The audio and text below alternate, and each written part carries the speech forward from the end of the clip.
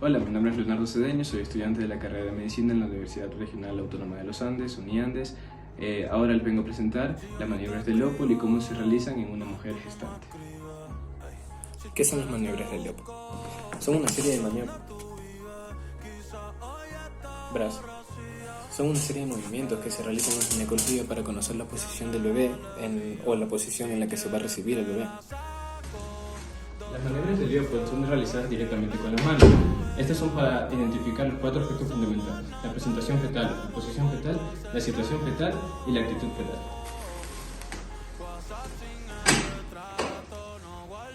Presentación fetal. La presentación fetal se describe como la manera en la que está colocada el feto al momento en el que va a cruzar por el canal del parto y en el momento del alumbramiento. Es decir, si está en una posición cefálica o una posición pélvica.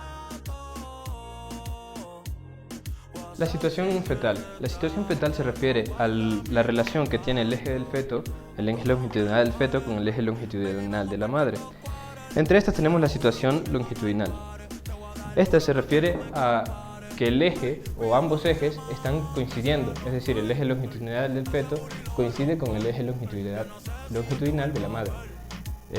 También tenemos la situación transversa, en la que el eje longitudinal del feto está en una posición más o menos de 90 grados con respecto al eje de la madre.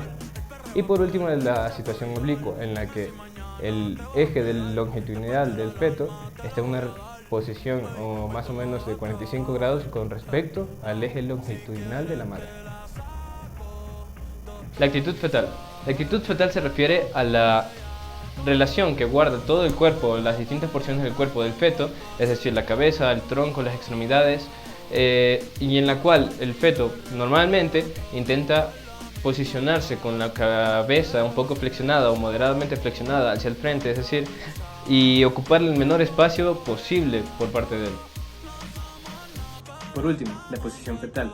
Esta se basa en la relación que guarda el dorso del feto con el diámetro longitudinal del abdomen materno.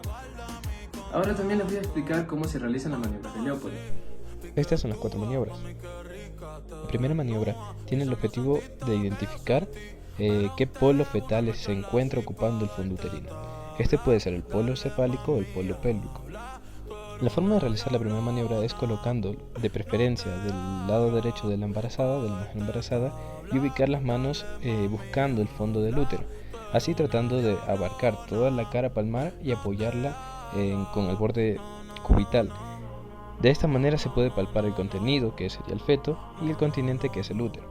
Con esta maniobra se puede identificar el polo fetal que se encuentra el fondo uterino, es decir, el polo cefálico, en el cual se palparán las 3 R's, si es redondo, rígido, irregular. Para la segunda maniobra, las manos se colocan lateralmente hasta localizar así el plano duro o resistente del dorso fetal en un lado y por el otro lado las prominencias nodulares y móviles de las pequeñas partes del feto. En la segunda maniobra vamos a identificar la posición del feto y la situación. Se define de qué lado materno, es decir, la posición, ya sea derecha o izquierda, y la situación en la que se encuentra, ya sea del dorso, del producto, es longitudinal o transverso. De este modo se diagnostica la posición derecha o izquierda, o si la situación del feto es transversal, se tocarán o se palparán la cabeza o las nalgas. En la tercera maniobra se identifica la altura de la presentación, si es libre, abocado o encajado, y así se corrobora la presentación como tal. Para esta maniobra se usa la mano derecha abierta como pinza, cuyas ramas serían el pulgar, el índice y el medio, en forma de un arco para así poder abarcar el polo del producto. Aquí se pinza la parte inferior del abdomen materno inmediatamente por arriba de la sínfisis del pubis. Al tomarse fijo, se desplaza lateralmente con la muñeca haciendo movimientos de pronosupinación o de peloteo como tal. La cuarta maniobra sirve para identificar la presentación y corroborar la altura de la presentación. Define qué tipo de presentación se aboca al estrecho superior de la pelvis. Para esta es necesario cambiar de posición y que se coloque el médico viendo hacia los pies de la embarazada y dándole la espalda a ella.